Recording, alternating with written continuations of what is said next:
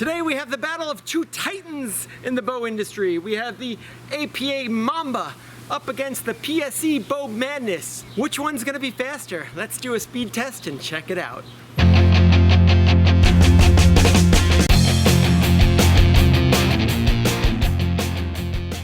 Welcome back to Vital Point, everybody. This is your host, Andrew Penzi. And today we're doing a speed test of my two bows. I have the PSE Bow Madness. This is the short model versus the APA Mamba. Now you may say, ooh, APA, they're gonna win, they have the advantage. But there's a catch. The APA currently has 60-pound limbs on it, but the Bow Madness goes up to 70 pounds. So right now it's set for 60, that's usually what I shoot at. So we're gonna try them both out at 60 pounds and see how they do there. And I'm assuming the APA has the advantage there.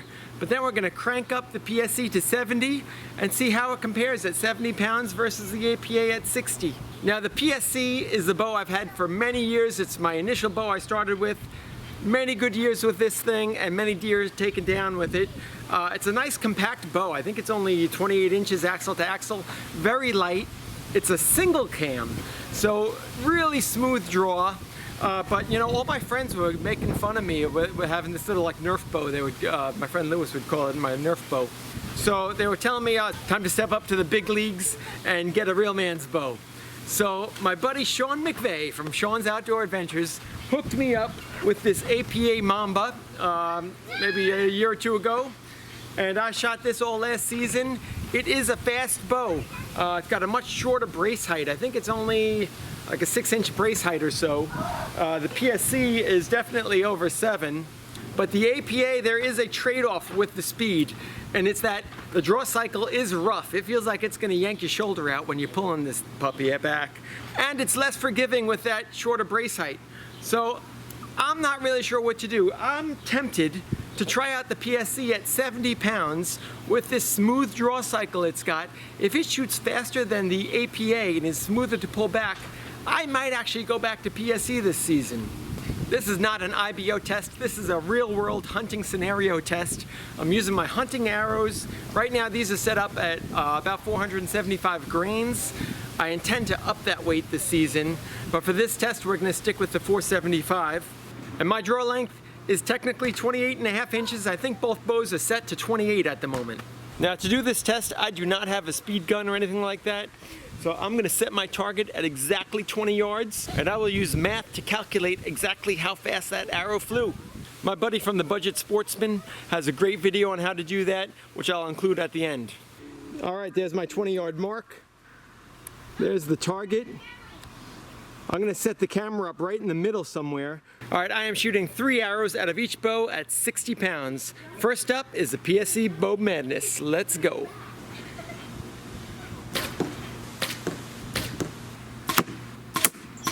That felt pretty slow, those arrows kind of lobbed in there.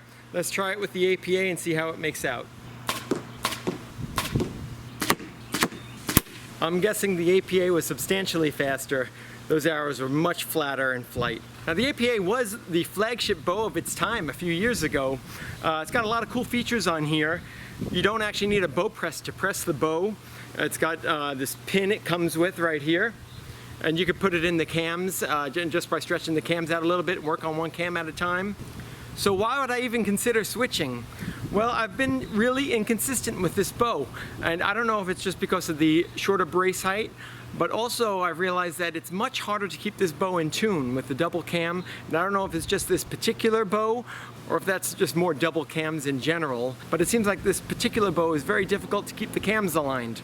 I'll tune the heck out of it, get it shooting bullets through paper, and then realize a week or so later that it's out of tune again. And I really want to like the bow. It is a fast bow, it's cool looking, it's got, like I said, a lot of cool features. This little hook comes in so handy to hang the bow on a limb. But if I'm not shooting well with it, I gotta consider my other options. Now comes the fun part. I've never actually done this before, but I'm gonna crank up that PSE as to its max, 70 pounds. Let's see how it makes out. Here we go, I'm gonna crank down these limbs. Now I really appreciate it when bows are easily adjustable. The PSE here allows me to adjust both the draw weight and the draw length right on the bow here without any extra modules or anything like that. For the APA, I need to buy modules to change the draw length, which is kind of a bummer. All right, I got it cranked all the way down to the max.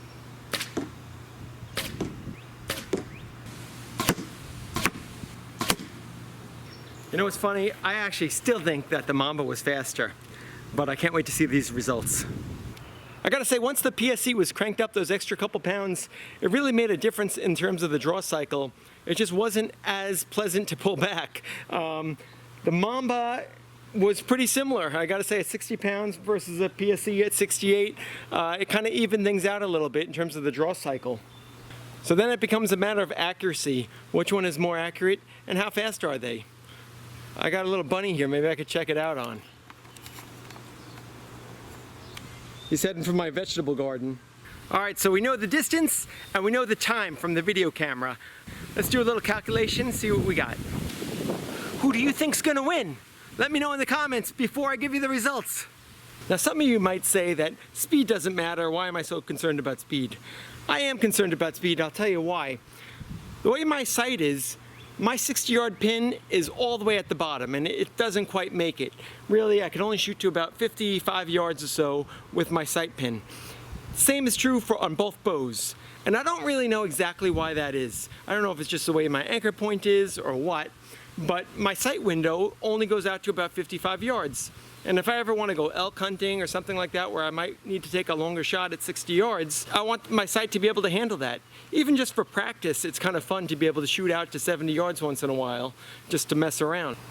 If you have any ideas of why you think that's happening to me, please let me know. I'd be interested to hear. The bottom line is the faster my bow is, the further I will be able to shoot and see out of my sight window here. So I screwed up last time, and it turns out that my video camera only films into 10,000ths of an inch, and I needed to film in hundreds in order to record the speed properly and figure that out. I didn't pay enough attention to the Budget Sportsman's video on how to do that, so I have to go back. But meanwhile, with my buddy Chris and Lewis, and we have a chronograph available to us. So I'm just going to use the chronograph. I'm going to cheat. Hello, I'm talking over here. What are you doing? We're filming. It's Chris. So I'm gonna cheat and I'm just gonna use the chronograph. Problem is, we're at an archery club and no one has an Allen key to adjust the limb bolts. So right now, I have the APA with the 60-pound limbs. I'm gonna shoot it compared to the PSE, which is right now set at 70 pounds or just under 70 pounds. It's maxed out. And I'll have to figure out the 60 to 60 some other time, but let's see who wins right now. 60 pounds versus 70-pound limbs. Here goes the APA. With the lighted knock. 258. 258. See if the lighted knock makes a difference. Wow, 260. Wow, I guess it does. Alright, so 1-1 non-lighted knock. 265. 265. So, wow, the knock really makes a big difference. That's kind of interesting. So what, a difference in 10 feet? So 258, 265 without the lighted knock makes really a big difference. I had no idea that the lighted knock impacted the arrow speed that much. But that's the APA with the 60-pound limbs. Now let's try the PSE. All right, this is a PSE Bow Madness with 70-pound limbs right now it's set to, with the lighted knock. It's funny, the draw cycle in here is a lot different than the APA bow. 249. So it is slower, not as much slower as I thought, but then again, this is 10 pounds heavier limbs. That surprises. Oh, you're at 70 pounds on that. Yeah. So that right there should give you an understanding of. So that makes a big difference. Yeah. So it's a much more aggressive draw cycle with the PSE at the 70-pound limbs. It's honestly not very comfortable. Since it's a single cam bow, I was thinking that it would be a smoother draw cycle, but I just don't think it's made to really, be held at 70 pounds. I think it's better shooting at 60 pounds. All right, so this is without the lighted knock. Honestly, I think my draw is a little short on this bow too. Oh, I almost hit that other one. 252 compared to 268 or so. 265, I think the other ones were. Wow. 10 less pounds and more speed. Now, your solo cam bows are always going to be slower. I mean, that's just the bottom line.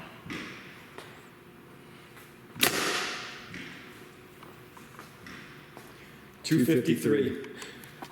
So the bottom line is this did answer my question, in that I am going to be shooting the APA this year, it looks like. Unless I win an elite cure coming up soon, but it looks like I am shooting and sticking with the APA. Can't beat that speed, folks. Yeah, even with a double cam at lower poundage, you're still running twice, a lot faster. Yeah. Hope you guys all enjoyed today's video. It was really interesting seeing the speeds of these bows. Speaking of speed, now's a good time to speed on over and hit that like button for me.